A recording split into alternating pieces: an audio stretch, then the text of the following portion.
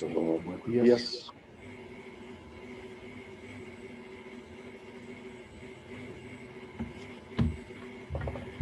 Vamos a continuar nuestros sagrados estudios.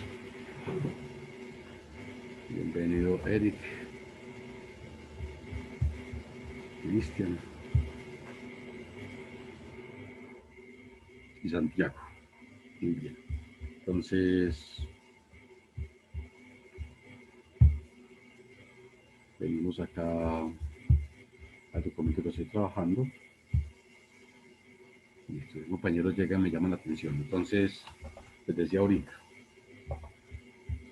para calcular el rotacional, te recordemos, siempre desarrollamos un determinante de 3 por 3. Entonces siempre te escribimos IJK, que es lo de arriba, X, Y, Z, mercados unitarios.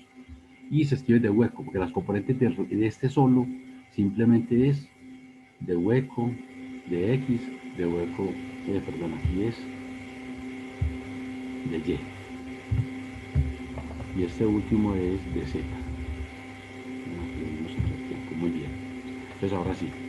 Y las componentes del vector R son X, Y y Z. Entonces, ¿qué vamos a hacer? Simplemente allá al frente desarrollamos. ¿Cómo se desarrolla? Recuerden, es muy fácil desarrollar. Manuel, Alejandro, listo, ya le dimos la bienvenida otra vez. Muy bien. Entonces observen, ¿cómo desarrollamos? Empezamos colocando y entre paréntesis, recordemos, desarrollamos, multiplicamos siempre en cruz, este por este menos este por este. Entonces aquí nos va a quedar este componente. Entonces será la componente de quién, entonces ya será de z, correcto. Multiplicando entonces será de z de y menos la otra componente. ¿Cuál otra componente? Sería con respecto a z y la función sería y. Listo. Ese, miren bien, siempre es, recordando, nunca se toca lo que está debajo, o sea, es como si estuviera un tapation, lo que está por debajo no se toca. Cogemos es el que está al frente, este por este, es que es derivada de z con respecto a y, menos derivada de y con respecto a este. Y los signos salen intercalados, entonces será menos j, este j lo pongo minúscula, y el menos. Voy a utilizar el menos más elegante de los símbolos. Un menos mucho más elegante. Muy bien. Menos j, y de nuevo, vuelvo acá. No colocamos lo que está debajo, entonces será de z de x. Entonces será de z de x menos, ¿cuál sigue? Estamos en j, entonces será de z de x menos de x menos, que será de x Cerration.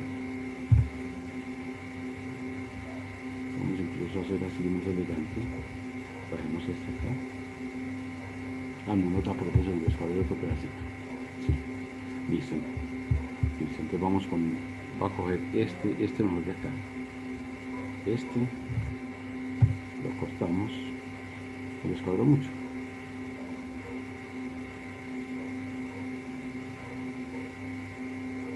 Quería hacer un truco acá.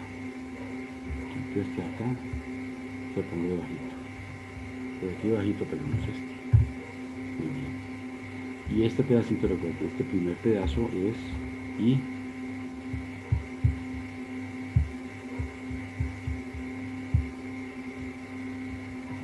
uno minúsculo.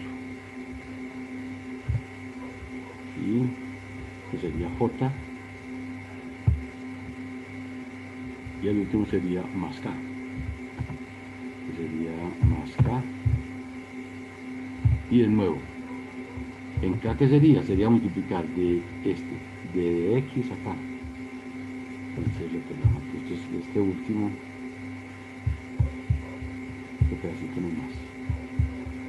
Vamos a pegar este pedacito para el tiempo.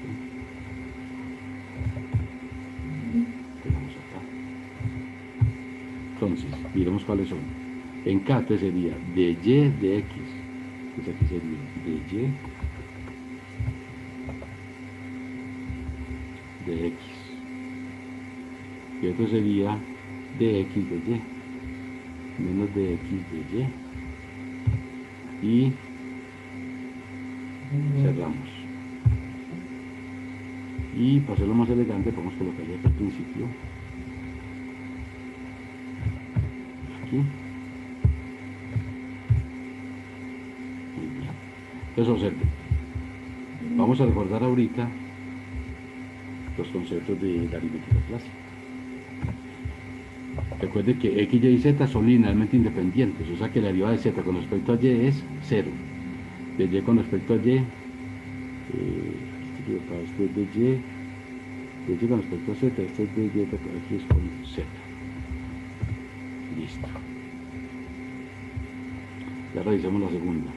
La segunda es con J, entonces J será de Z de X menos de Z de X. Listo. Y observamos.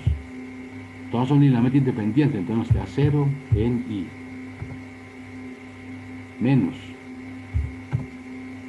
0 en J. Más 0 en K.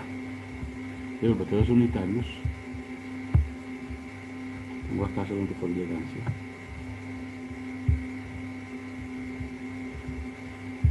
Listo. Y como todos dan 0, la respuesta es el vector 0. Vector 0. O sea, el vector nulo. Entonces ya tenemos entonces propiedades importantes. Esta lo voy a marcar acá. Que les olvide. El rotacional lo marco aquí. Yo corro esto un poquito hacia atrás. Listo. Y subrayo este pedacito. Propiedad importante.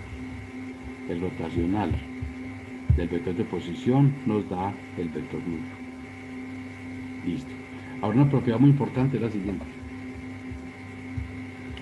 Obviamente el vector R por U sub R es el vector nulo. ¿Por qué? Porque ¿qué es U sub R? Es R sobre R. Y R por R, fuera que es cigarro, entonces nos da que son paralelos, entonces nos da 0. Y una notica muy importante. Si f de R es una función meramente radial, como va a ser el caso, por ejemplo, de los campos eléctricos de cargas puntuales o cargas distribuidas, entonces sacar el gradiente es simplemente sacar la derivada común y corriente y agregarle el vector U sub R. ¿Me explico? Por ejemplo, hay un potencial extraño de la forma R a la 6. A ver si algún compañero nuevo.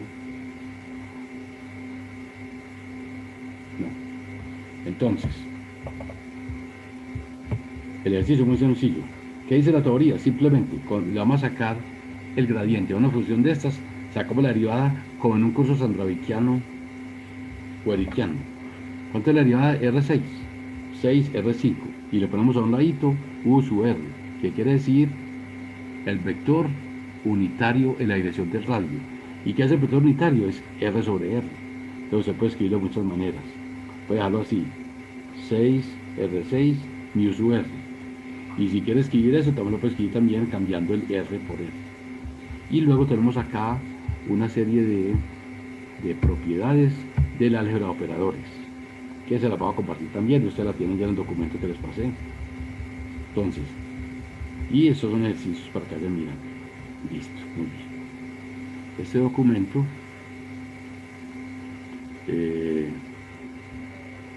aunque parte ya está contenida en el documento grande, simplemente se lo voy a mandar al correo también para que lo tengan. Necesito se los mando. Listo. Este documentico, mire que es sencillo, pero les va a ser de mucha utilidad para trabajar. Para que un vector que nos quedó sin palito. Entonces ahorita le busco cuál fue y se lo subo. Yo creo que ya lo estoy viendo. Este palito corresponde, ustedes no lo están viendo como yo. Este que está por aquí arriba.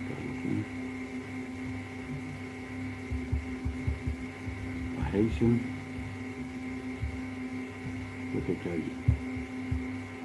Listo, muy bien. Propiedades importantes. Van teniendo en cuenta, por ejemplo, de datos más abajito, otras propiedades de la zona por acá abajito. En el documento está el gradiente.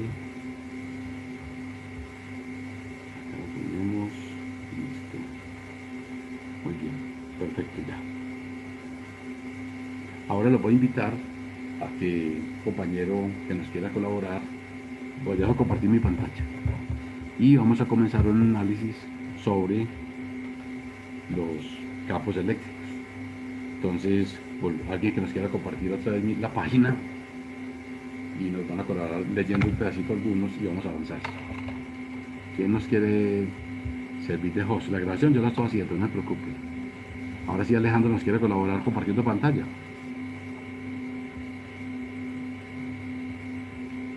Cristian ya nos dijo que no podía. Emanuel ya nos colaboró. Algunos otros muchachos quieren colaborarnos abriendo el documento y leyendo por raticos. Yo voy dirigiendo la obra. ¿Quién nos quiere colaborar? Está muy tímidos hoy. Voluntario. Por desgracia no hay voluntarias.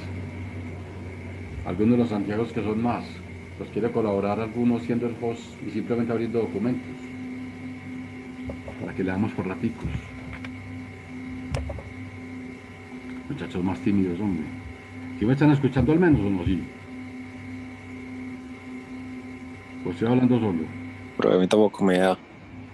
Tiene que ser alguien que esté fijo. ¿Quién quiere? Santiago. No, por ahí yo también estoy en el celular. Ah, listo, entonces descartado. Alejandro está en el equipo. Alejandro nos puede colaborar en este momentico.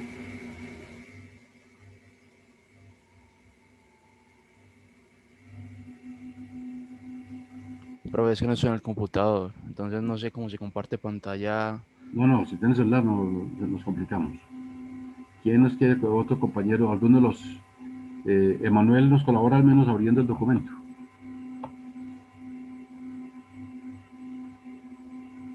Profe, hágale que yo le hago. Listo, muchas gracias, Emanuel. Entonces ya te voy a pasar. Listo, mijo. Listo. Entonces, metámonos a la página, no al documento, sino a la página. Yo les digo acá más. Metámonos a la página. Recuerden siempre navegar, ahí tienen la dirección electrónica.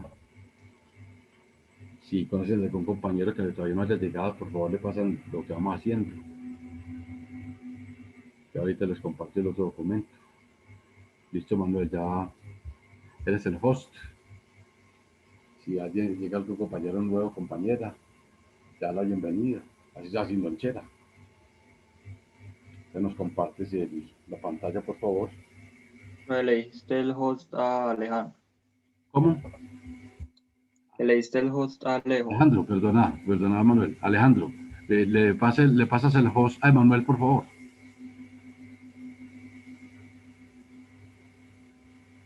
Profe, ¿cómo se lo paso?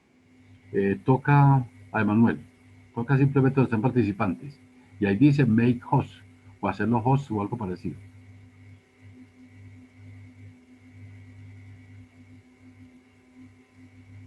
Muchas gracias. Muy Listo, bien. ahora sí. Perfecto. Entonces, simplemente entramos a la página. No entramos en ningún documento, simplemente eso. Muy bien. Entonces, observen acá. Esa es la teoría electromagnética, ¿cierto? Muy bien. Entonces, veníamos trabajando el documento que se llama Electromagnetic Theory, que vamos trabajando.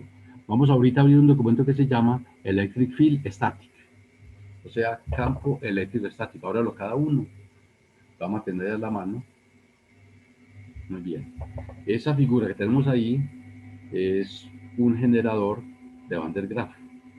Es un trabajo de ciencias que uno lo puede hacer, es muy sencillo, es un equipito, ese equipo lo tengo del laboratorio donde trabajo circuitos en instrumentación y control en el Poli.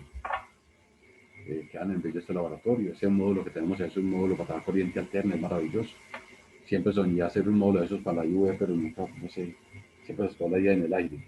En ese módulo se mide todo: factor de potencia, conecta alta potencia, baja potencia, todo lo que uno quiera. Un equipo poderosísimo. Hay como 6 unidades muy buenas. Y este generadorcito funciona. Mire que básicamente es una banda, lo conectamos y por fricción, ahorita vamos a ver que es precisamente la triboelectricidad, esto aquí en la parte de arriba, esta bola se carga electricidad. Si lo ponemos en la oscuridad, usted le puede colocar los dedos y ve pequeñas chispas. O si tiene bien peludo o con una peluda, entonces se coloca ahí y observa que los cabellos se levantan. Es como parte de esos trucos que aparecen en muchos escenarios. Se llama un generador de underground. Pasemos a la otra, pasemos, estimado. Ahí tenemos como el resumen, lo podemos pasar aquí, eso lo dejo ahí con voluntario para que lo quieran mirar. Lo que vamos a hacer ahí, hágale tranquilo. Muy bien, ahí empezamos, muy bien. Entonces vamos a comenzar a hablar de electrostática, o sea, campo eléctrico estático, detalle importante. Entonces, el compañero que nos quiera leer, ahora que cada uno lea un parrafito nomás para que sea más dinámico. ¿Quién quiere comenzar? Pues si quieres yo leo el primero. Comencemos. Dice, la fuerza gravitacional es una fuerza muy estudiada en la naturaleza y su comportamiento explica con claridad el movimiento planetario, el peso que ejerce la Tierra sobre nosotros y que no nos permite levantarnos del piso con facilidad. Esta fuerza es atractiva, de carácter central y solo puede notarse cuando las masas son grandes. Es el caso de los planetas moviéndose alrededor del Sol, las mareas terrestres causadas por la influencia de la Luna. Muy ¿Sigo bien. leyendo o...? No, por parrafito. Bueno, por parrafito para acá mirando. Entonces, el primer párrafo nos habla de una fuerza que actúa a distancia, que ya estudiamos en el curso de Física 2, que es la fuerza gravitacional. Recuerden, miren la parte importante. Es una fuerza atractiva y de carácter central. Esas dos ideas son fundamentales para el desarrollo del curso. Ahora sí, siguiente párrafo. Hágalo usted mismo, hágale. Vamos a los párrafitos. Sígale. La fuerza eléctrica es una fuerza significativamente más poderosa, que puede ser atractiva o repulsiva, de carácter central y además es una fuerza conservativa. Es la responsable de los enlaces de la materia, explica el movimiento de los electrones en una pantalla de televisión, nos ayuda a comprender el fenómeno del galvanizado, justifica la estática de las nubes, es una fuerza especial de la naturaleza que está muy cerca de nosotros. Avancemos en otro pedacito. Comprender y manejar los campos eléctricos estáticos, es decir, aquellos campos eléctricos que no dependen del tiempo, es muy importante para justificar y analizar el comportamiento de muchos equipos, dispositivos o fenómenos relacionados de la industria con este bello campo del saber. Excelente, muy bien. Entonces ahí tenemos entonces algo novedoso con respecto a la fuerza anterior. La fuerza anterior decíamos, la fuerza es atractiva, pero aquí hay algo nuevo. La fuerza eléctrica puede ser atractiva o puede ser repulsiva. Vamos recordando esa frase para allá de la primaria. Cargas del mismo signo se rechazan. Cargas de signo contrario se atraen salvajemente. Y la materia, o sea, nosotros estamos vivos, mi piel está acá. Puedo hacer todos esos movimientos porque soy campo eléctrico. O sea, más que campo gravitacional. El campo gravitacional realmente me influye solamente para ir al baño. Yo sé que voy al baño y por gravedad, así yo no sepa nada de física, sale un chorro en forma parabólica. Eso lo hace la gravedad. De hecho, si no hubiera gravedad, el chorro saldría de otra manera. Caería flotando, caería derecho. Porque si hay ingravidez, el chorro queda repartido. Por eso la gravedad es tan importante. Pero comparativamente vamos a ver que la fuerza eléctrica es casi 40 ceros más poderosa que la fuerza gravitacional. O sea, es más, por suerte descubrimos primero la fuerza gravitacional. Si no, es también muy fuerte. Producir, por ejemplo, las mareas, producir, por ejemplo, la atracción de los planetas, guiar el peregrinar de los planetas, de los satélites, maravilloso. Muy bien. Siguiente compañero que nos lea, otro compañero que nos lea el siguiente y bajemos un poquito el documento, Emanuel. ¿Quién nos quiere colaborar con ese pedacito que sigue?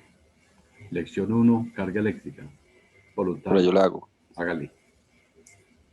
Carga eléctrica. La carga eléctrica es un concepto fundamental a nivel de la masa, la longitud y el tiempo y que se aplica ante la existencia de fuerzas susceptibles de ser medidas experimentalmente. Es una medida de la cantidad de electrización que posee un cuerpo y la cantidad tiene dos formas conocidas como son carga positiva y carga negativa. Esos dos tipos de carga fueron determinados por Benjamin Franklin, 1706, 1790, quien a través de sus observaciones sistemáticas determinó que cargas similares se repelen entre sí y cargas opuestas se atraen entre sí. Muy bien, sigamos. Bajamos un poquitico, Manuel, muy bien. Aquí tenemos una gráfica ilustrando parte de esto. Y sigamos leyendo el pasito de abajo. La figura 1A. En la figura 1A, si se suspende una barra dura de caucho que ya ha frotado con un paño y se le acerca una barra de cristal que igualmente se ha frotado con seda, las dos barras se atraerán entre sí. El frotamiento permanente de un cuerpo en la misma dirección produce una electrización que carga eléctricamente los cuerpos y recibe el nombre de trioelectricidad. De manera similar, si se acercan dos barras de caucho o de cristal cargadas, como se muestra en la figura 1B, ambas se repelerán. Cargas diferentes de signo o carga eléctrica simplemente se atraen y de igual signo se repelen o se rechazan. Muy bien, entonces hay datos que uno ya conoce. Recuerden, por ejemplo, las nubes son acariciadas por el viento permanentemente. Y cuando, a medida que es más fuerte el viento, más se cargan y empieza a aparecer una diferencia de voltaje entre tierra y nube, lo cual genera los rayos. Se rompe el dieléctrico y recordemos que eso tiene millones de voltios. También es bueno recordar que la zona implicada en Norí a nivel mundial son las zonas donde más rayos se producen. Estos son datos estadísticos, ya tocará pues alguno ir a investigar la consistencia de la atmósfera, el terreno, porque ocurre así. La carga eléctrica se mide normalmente en colombios, pero internacionalmente recuerde que está más fácil trabajar con amperios que con esto. Bajamos un poquitico, mi estimado Emanuel. Muy bien. Listo, entonces tenemos el colombio. Si uno quisiera, que mire que es muy práctico. Un colombio equivale aproximadamente a tener 6 por 10 a la 18 electrones. O sea, mire que esto, ¿cómo mido? ¿Dónde va a contar yo 10 a la 18 electrones para medir un solo colombio? O sea, desde el punto de vista práctico no lo es. Por eso, repito, hay otro tipo de unidades. Pero es muy importante decir que el protón y el electrón tienen la misma carga eléctrica, pero signos contrarios. Si a alguien le interesa el valor, luego se lo pueden tener en tablas, es 1.6 por 10 a la menos 19 coulombs. Positivo para el protón, negativo para el electrón y nulo para el neutrón. Recuerde que el neutrón no tiene carga. Listo. Podemos, otro compañero que nos lea el pasito abajo. Clases de materiales, también de rapidez, ya conocemos mucho de esto por ser electrónicos. Sin embargo, la componente principal está en que la estructura de la materia se explica desde las fuerzas eléctricas. Entonces, como ingenieros electrónicos, ya hemos hablado, ya manejamos el transistor, ya sabemos que el transistor tiene 3 paticas, encapsulamos y vamos haciendo tarjetas digitales, etc. ¿Quién nos quiere leer el otro pedacito? Lección 2, de rapidez también. Que quiera, que no espera que yo les diga, que quiera, tranqui. Ahí sí ahí sí no necesita celular. Ahí, ni equipo, ya el que quiera simplemente lee, eso es voluntario, simplemente que lo escuchemos la voz todos. Sabemos que estamos Proveyo. vivos. Hágale. Lección 2. Clases de materiales eléctricos. Los materiales, por sus propiedades físicas, tienen una capacidad para conducir las cargas eléctricas. Los electrones de la última capa atómica de un elemento determinan su capacidad de conducir, bien sea la electricidad o bien sea el calor. Por ejemplo, el cobre, que es un metal muy conocido, es muy buen conductor del calor y por tanto de la electricidad. En la naturaleza se pueden encontrar o generar 4 tipos especiales de materiales según su capacidad conductora. Sigo, profe. Claro. Los materiales aislantes son aquellos en los que una pequeña o despreciable cantidad de cargas eléctricas se pueden mover o fluir. Los electrones no se pueden desplazar fácilmente y se utilizan como aislantes del calor o de la electricidad. También se les conoce con el nombre de dieléctricos. Son de la materia prima para los condensadores. Son muy conocidos y usados el teflón, el neopreno, la mica, algunas cerámicas y la madera seca. Muy bien, entonces la palabra aislante tiene que generalizarse. Un material es buen aislante de la electricidad y del calor. Calor y electricidad van de la mano. Un material es buen conductor del calor o también de la electricidad. Entonces mire que es muy importante, van de la mano. Buen conductor de electricidad, buen conductor del calor. Todo se debe a qué? A los electrones de las últimas capas. Ahí está el secreto de la física moderna. Ahí está el secreto de por qué la arena fue posible tenerla como elemento primo, como materia prima para los celulares, para los computadores y socializarlos. Si no, yo insisto, si no hubiéramos descubierto la arena llena de silicio como materia prima, los equipos serían demasiado costosos y de pronto nunca hubiesen llegado y hubiéramos tenido los adelantos que tenemos ahora. Ya de lo más conocido en el sistema de aislantes, teflones, neoprenos, micas, cerámicas, básicamente. Sigamos. Materiales conductores. Sigamos otro pedacito. Materiales conductores son los que permiten el paso de cargas eléctricas con absoluta facilidad. Tienen electrones libres fáciles de desplazar, lo cual favorece el desplazamiento del calor o de la electricidad por su interior. Son buenos conductores el cobre, la plata y el aluminio. Excelente, muy bien. Sigamos. Semiconductores. Los semiconductores es una tercera clase de materiales y cuyas propiedades son intermedias entre los aislantes y los conductores, por lo que se denominan de esta manera. Estos materiales permiten el paso de cargas eléctricas en unas condiciones, mientras que en otras condiciones el mismo material se comporta como aislante.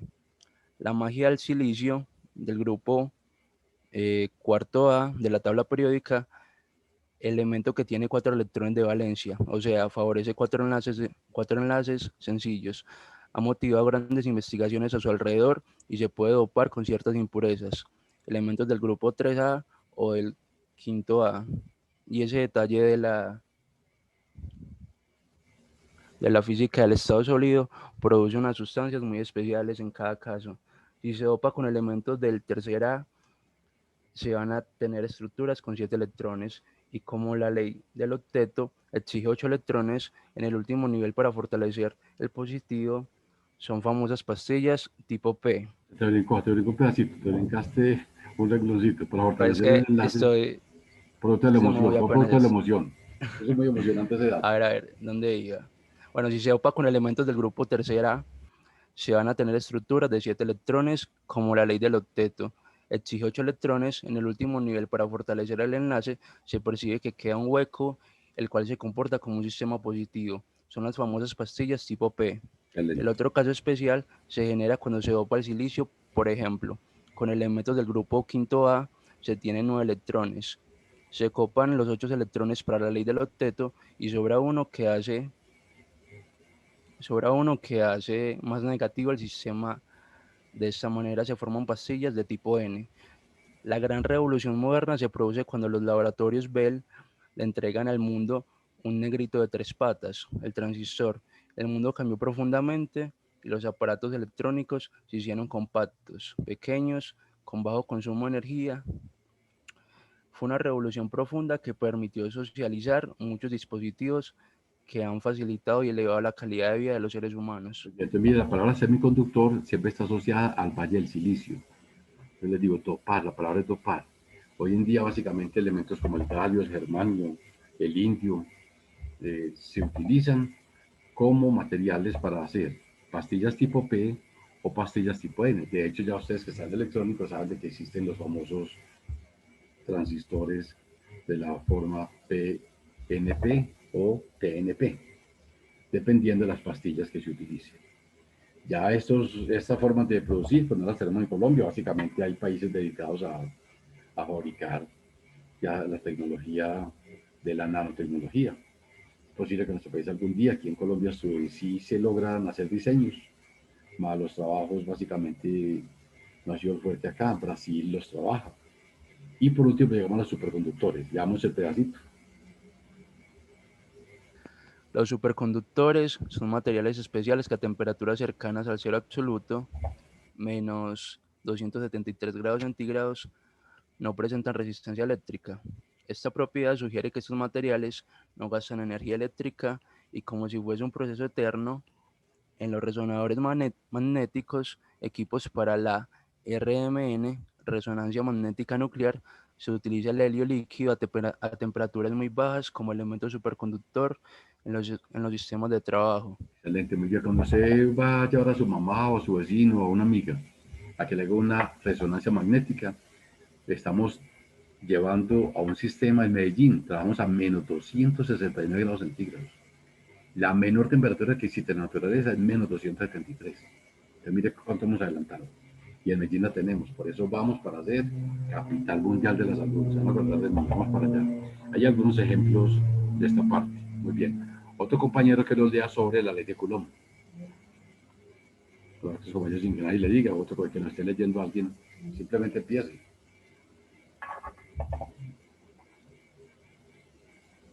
Bueno, entonces, ahora yo el ejercicio, gracias. Entonces, ¿qué hizo Coulomb? Coulomb quedó muy motivado con los trabajos de Newton. Estaba encantado y pensó que lo mismo que hacía Newton, pues ¿de qué dijo Newton? Newton dijo, dos masas se atraen de una manera que es directamente proporcional a las masas e inversamente proporcional al cuadrado de la distancia que las separa. Entonces Coulomb investigó con cargas y llegó a la misma conclusión, pero le agregó la palabra, puede ser atractiva o repulsiva. Desde que la fuerza es de carácter central y es una fuerza conservativa que lo vamos a ver despuesito. Por favor, bajamos, mi estimado Emanuel. Sígale bajando, hágale. Ahí, hasta ahí, hasta. No, bájalo un poquitico al anterior. Listo. Esa es la fórmula de la ley de Coulomb. Mire, una constante producto de las cargas sobre la distancia al cuadrado. Te repito. Así que Newton dijo, las masas se unen de una manera que es directamente proporcional al producto de las masas e inversamente proporcional al cuadrado de la distancia que las separa. Ese señor dice algo muy parecido. Dos cargas, usted ya le agrega, si atraen o se rechazan, de una manera que es directamente proporcional a las cargas e inversamente proporcional al cuadrado de la distancia que las separa. Bajation. Vamos a ver esa constante, cómo se determina. Bajemos un poquitico. Hay balanzas de torsión. Listo, hasta ahí. Esa constante modernamente se trabaja de la forma como 1 sobre 4pi epsilon, su cero. En general es epsilon. Y ese término se denomina permisividad eléctrica del medio y equivale a un producto entre la permisividad del vacío y la constante dieléctrica de un material. Entonces, cada material, por ejemplo, la mica, tiene una constante dieléctrica. Por ejemplo, el teflón, por decir, el teflón es algo así como 2.2. El papel puede ser 3, una mica puede ser 7. Algunas aguas 8. Ya dependiendo del material, eso está en tablas, no tiene que sabérselo. De la forma como se escribe modernamente, la ley de Coulomb, así la tenemos abajo, bajémoslo un poquitico. Bajémoslo, mi estimado. Listo, para un segundito ahí. Listo. Entonces será, de la fórmula será Q1 por Q2 sobre 4pi epsilon R2. Esos datos son de tablas, no tiene que sabérselo, simplemente vamos a hacer ejercicios con hechos. Entonces, toda carga eléctrica va a generar alrededor un campo eléctrico. Detalle muy importante. Entonces, ese campo eléctrico tiene varias connotaciones. Hay una concepción desde la física y una concepción desde la matemática. Desde la física, ¿qué es un campo eléctrico? Es simplemente una región, como cualquier campo, en la cual una partícula cargada experimenta una atracción o una repulsión. ¿Que por qué la atraen o por qué la repelen? Porque en ese escenario deben haber otras cargas. Definición matemática, solamente hay una. Cualquier campo se define como fuerza por unidad de carga. Si fuera campo gravitacional, sería fuerza por unidad de masa. De la unidad importante de medir el campo eléctrico es el Newton sobre Coulombio. Pero vamos a ver ahorita que, como les decía, el Coulombio es muy impactante, pero es válido. Vamos a ver que el Newton sobre Coulombio en los momentos prácticos se reemplaza por voltio sobre metro, que es una unidad que es asequible a todos los seres humanos. Hagamos otro poquito. Muy bien, ahí tenemos algunas medidas. Observen ahí, medidas. Ese N sobre C, o sea, Newton sobre Coulombio, después lo vamos a poder cambiar por voltio sobre metro. Entonces, algunos campos, hay aparatos para medir campos eléctricos. De hecho, la nueva legislación de radiación en Colombia exige que las empresas que presten servicios de telecomunicaciones deben estar midiendo los campos para evitar efectos secundarios. ¿Qué son efectos secundarios? Por ejemplo, hay personas que ante el efecto de las radiaciones electromagnéticas, los ojos se lo mantienen colorados. No tienen que ver nada con trabas. Simplemente es un efecto de reacción biológica. O les dan dolor de cabeza. Entonces, por eso la reglamentación exige que se quita a habitaciones no hayan antenas. De todo eso es debatible y demandable en este momento. Antes no lo era. Sigamos bajando. Ahí tenemos ejemplos de cómo calcular una fuerza, cómo calcular un campo eléctrico. Y aquí algo muy importante. Los campos, recordemos desde la física 2 y la física 1, que ¿qué es fuerza? Es masa por aceleración. Desde la física 2 que tenemos, hace un tiempo decíamos, ¿qué es campo eléctrico? Fuerza sobre carga. O sea que la fuerza eléctrica es carga por campo eléctrico. Bajemos otro poquitico. Muy bien. Y observamos algo importante. Yo puedo tener acá, observen, esto me va a servir a mí de filtro. Si yo tengo Q sobre M, la M siempre será positiva, pero la Q puede ser positiva o negativa. Entonces, si la carga es positiva, entonces va a ocurrir fuerza, carga y aceleración tienen la misma dirección. O sea que cuando tengo cargas positivas, el campo eléctrico se las lleva hacia la derecha. Pero si tengo cargas negativas, ¿qué ocurre? La fuerza es hacia el otro lado, porque entonces sería, cuando hay cargas negativas, el campo eléctrico y la fuerza eléctrica tienen signos contrarios. La aceleración va hacia el otro lado. Eso es muy importante, porque precisamente Faraday, que era gran experimentador, descubrió que los campos eléctricos uniformes podían servir para polarizar sustancias. Ahí, ese es el secreto del galvanizado. El galvanizado precisamente se desarrolla utilizando esto. Yo quiero, por ejemplo, platear un arete. Entonces lo limpio bien, lo meto en una solución de nitrato de plata, o sea, AgNO3. Coloco el aretico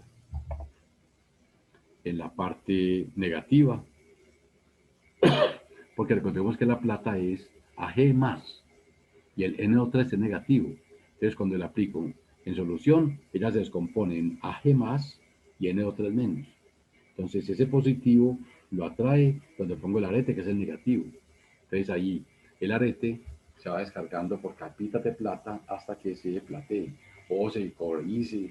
Ese es un galvanizado, así se trabaja en esa industria. Insisto, es muy próspera. Lo único malo es el daño ambiental. Es por eso económicamente rentable hacer cromados hay que pedir turno, hacer cobrizados hay que pedir turno. Bien, detalle importante. Después de que Faraday no estudió ni en el CESDE, ni en el SENA, ni en la UA. Entonces, si es lo poquito que lograba explicar, era a través de figuras. Él trataba de explicar cosas, mas no sabía qué estaba ocurriendo, porque él no era formado, pero era gran experimentador. Recuerde que hay tres inventores de la humanidad, que son Faraday, Tesla y el cabezón Edison. Tesla y Faraday hicieron de 800 inventos, el cabezón solo patentó 3000 y sus enemigos dicen que solamente 2400, pero eso es abuso de confianza. Esas líneas de fuerza tienen algunas propiedades. En las cargas positivas salen y en las cargas negativas entran. Posiblemente abajito encontramos, bajemos un poquitico, mi estimado Emanuel. Ahí, muy bien. Entonces, vamos acá. Miren bien ese dato. Las líneas de fuerza o líneas de campo salen de las cargas positivas